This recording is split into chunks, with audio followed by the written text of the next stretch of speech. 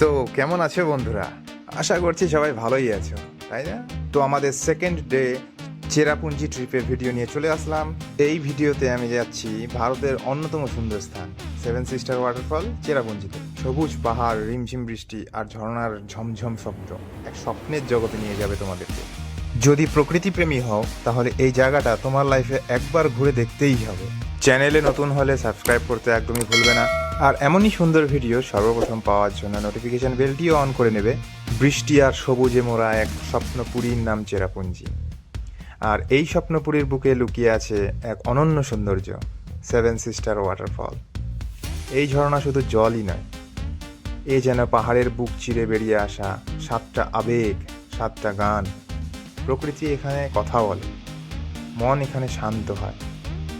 যেখানে আকাশ ছুঁতে চায় মেঘ আর পাহাড় ছুঁয়ে নামে জলধারা, সেখানে দাঁড়িয়ে শুধু নিঃশ্বাস নিতে ইচ্ছে করে। আজকের ব্লগে আমি তোমাদের নিয়ে যাব এই জায়গার একদম কাছে। হয়তো স্ক্রিনের ওপার থেকে তুমি টের পাবে এই জায়গাটার একটা আলাদাই গন্ধ আছে, একটা শান্তি আছে, একটা মায়া আছে। চলো ডুবে যাই প্রকৃতির এই মায়াবী গল্পে।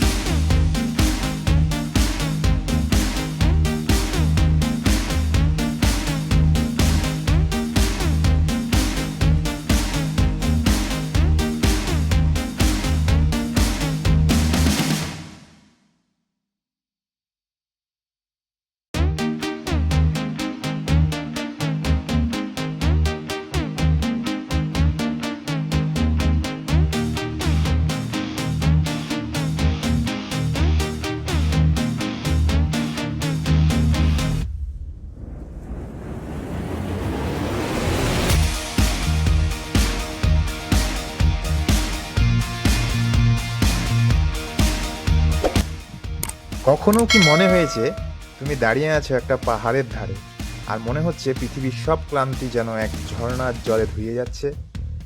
চেরাপুঞ্জির এই সেভেন সিস্টার ওয়াটারফল শুধু একটা জায়গা না, একটা অনুভব, যেখানে সময় যেন ধীরে চলে, বাতাসে এক অন্যরকম স্নিগ্ধতা, আর ঝর্ণার আওয়াজ যেন হার্টবিটের মতো বাজে কানে।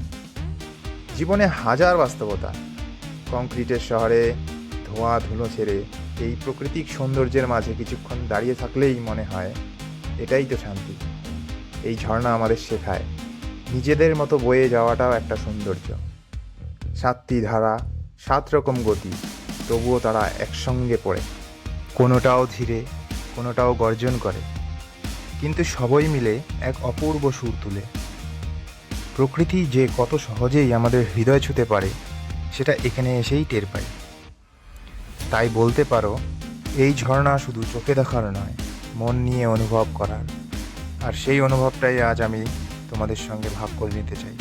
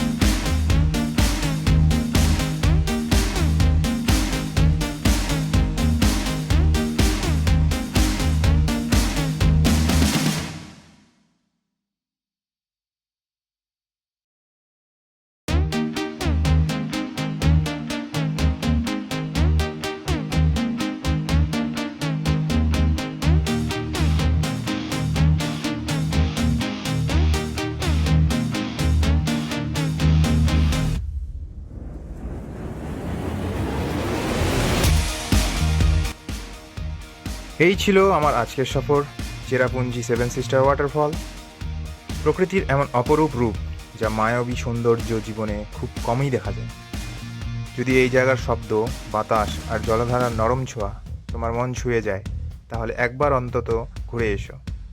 আর ভিডিওটা যদি ভালো লেগে থাকে তাহলে একটা লাইক দিতে ভুলবে না। কমেন্ট জানাও এমন আর কোন জায়গায় তুমি যেতে চাও। আর হ্যাঁ, আমার চ্যানেলটা সাবস্ক্রাইব করে পাশে থেকো। এমন আরও সুন্দর ভ্রমণ গল্প নিয়ে আবার ফিরে আসবো। ভালো থেকো, ভ্রমণে থেকো। দেখা হবে পরের গন্তব্যে।